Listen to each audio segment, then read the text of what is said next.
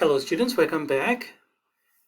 Previously we went through section 1, random variables, and then the first part of section 2 we discussed what it meant by the probability mass function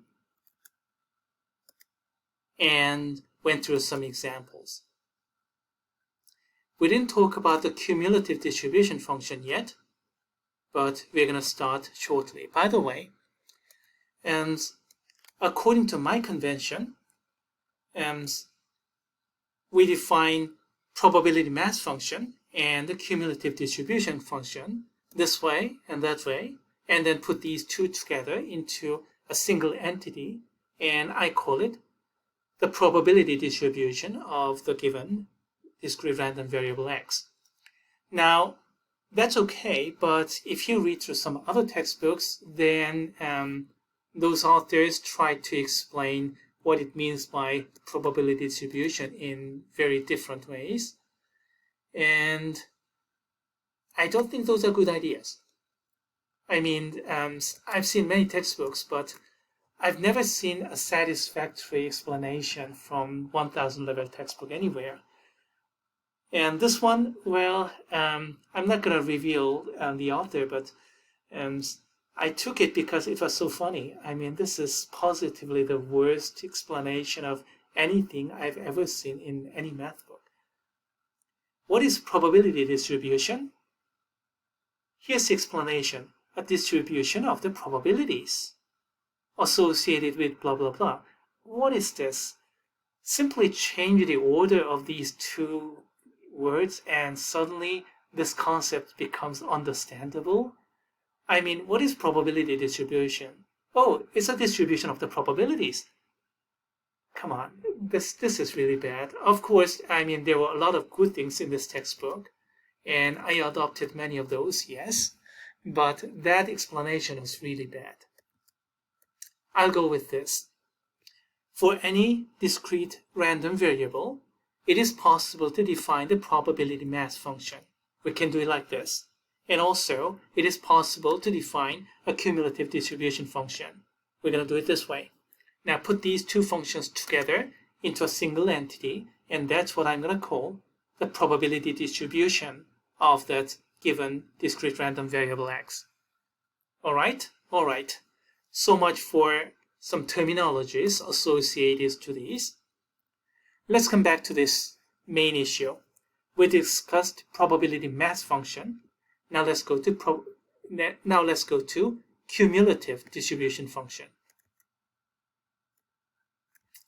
Same example, and let's find out the cumulative distribution function. Okay, let's go to part A and here, and let's begin with a reminder. Here's a probability mass function.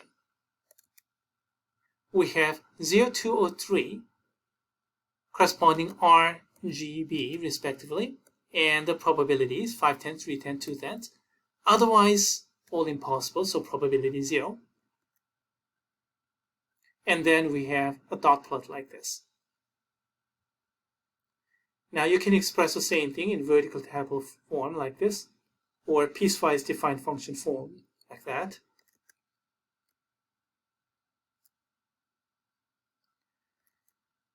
Okay, all right. No. Okay, we don't need it for now.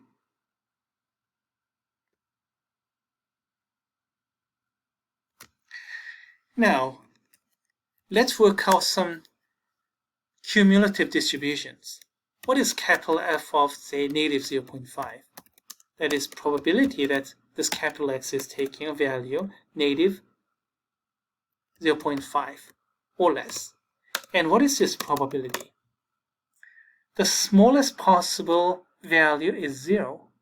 Is it possible to have something less than or equal to negative 0.5? That's impossible, so that probability is 0. Am I making sense? Now, what if I do this?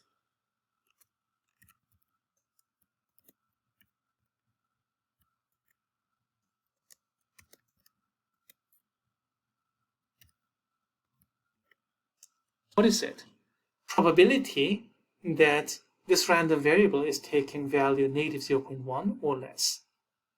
That too is impossible. The smallest possible is 0. So that too is 0. Making sense? Now, what if I get even closer?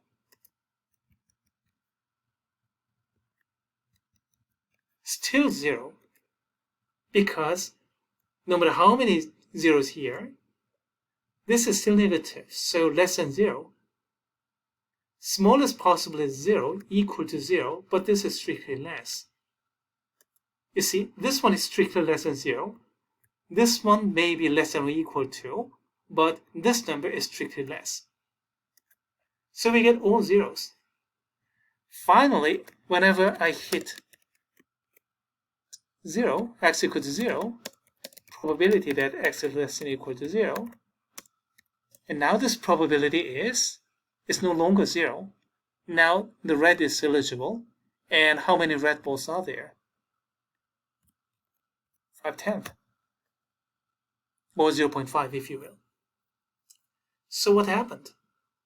Stage 0, 0, 0, and all of a sudden we have a jump, and then we have the cumulative probability of 5/10. Something took place at x equals 0.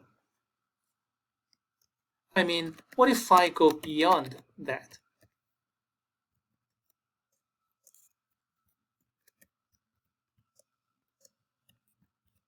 We'll stay at 5/10 because less than 0.2, so we only have red. The next smallest is 2, so we don't get anywhere close to that.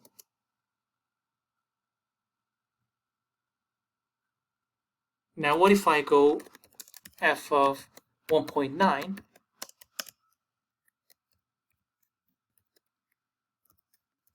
It's still 5/10. You see?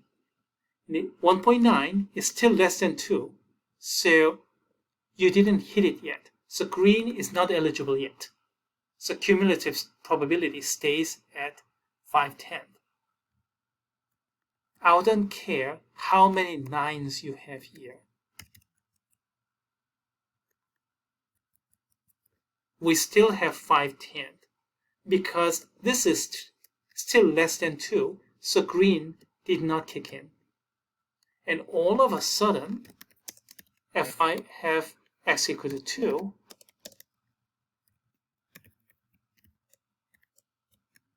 no, not 5/10, 5/10 plus 3/10, so we have 8/10. We have a jump. See the structure here?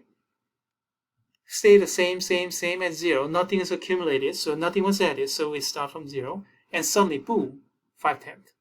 And stay at 5/10, 5/10, 5/10, and then right here at x equal to 2, boom, we have the next, and so on. Let me show you a little bit better explanation here.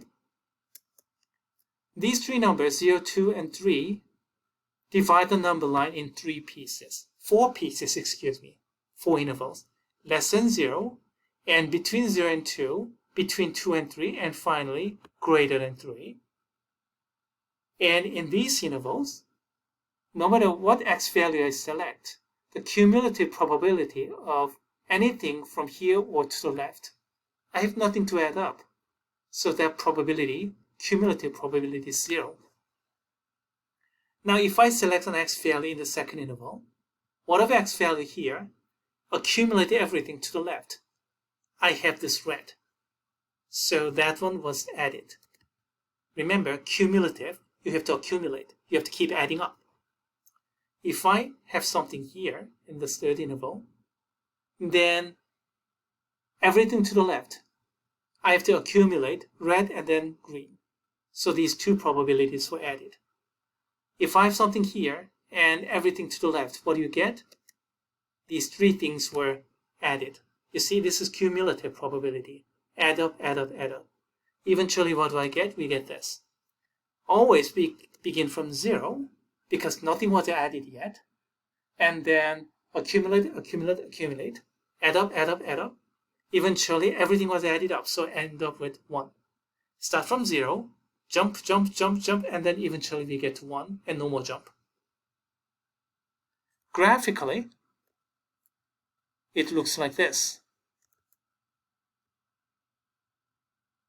Okay, stay at 0, nothing was accumulated. At x equals to 0, we have a jump. How much? The probability mass, 5/10. Stay at 5/10, constant, constant, constant, and then at x equals to 2, we have a jump. Jump of the probability mass, 3/10. And then stay the same, constant, constant, constant, and at x equals to 3, we have a jump. And then everything was accumulated, so no more of this, and this one goes forever to the right-hand side, toward infinity. Now, this was for the cumulative distribution function for a discrete random variable of 3 possible events. So we have 1, 2, 3 non-trivial jumps. Yeah. Now, what if we have a discrete random variable of 17 possible x values? So, for example, consider some colored ball with 17 different colors, maybe Skittles or something. Then you're going to get 17 jumps. The smallest and then to the largest. And whatever color we have, we are assigning numbers. So whatever color, the smallest, and eventually the largest. Everything is accumulated, and eventually we go to 1. So that's how the cumulative distribution function works, like a step function. And then at these dots, depending upon the number of dots, you have several intervals. So 3 possible x values, otherwise impossible. So these 3 x values divide the number line into 4 intervals, 4 class intervals. And at each of those class intervals, we have accumulated cumulative probabilities. And how to calculate those cumulative probabilities, you have to accumulate. Starting from the lowest one, add up, add up, add up, you have to accumulate. One final feature of these class intervals. Now, look at x equals to 2. From here, strict inequality. Over here, strict inequality. We went through that, right? At x equals to 2, precisely at x equals to 2, we have a jump. Boop. Green is suddenly eligible, so that's added. That's how 2 is included in one higher class interval, not there. And that is the structure of all class intervals. Remember this way back in lesson 2? We went through histograms there. Was it lesson 1? I don't remember precisely. Lesson 1 and lesson 2, we went through class intervals, and the structure was exactly like this. Smaller number, to the smaller number, to the left-hand side, we have semi-inequality. To the larger number, we have strict inequality. Why do we have that? Well, here is the theoretical explanation. That's because of this probability mass suddenly kicking in. But of course, going through all those theory will be really challenging. So let me give you an analogy so that you can understand and use this more effectively. If you scored precisely 90, the cut line, at the threshold, what is your grade? Your letter grade should be A. You belong to one higher class interval. Am I making sense? If you scored precisely 70.0 after all the curving, then you belong to one higher class interval. You earn C and you passed it. Not down below. Making sense?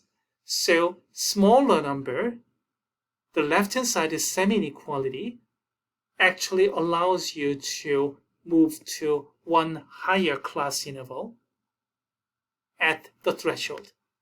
So consider it like that, and you're not going to forget, because you see, you're all college students, you're all conscious of grades, so any kind of grade analogy works great. We don't have enough time for further problems here, so let's do this again in the next video.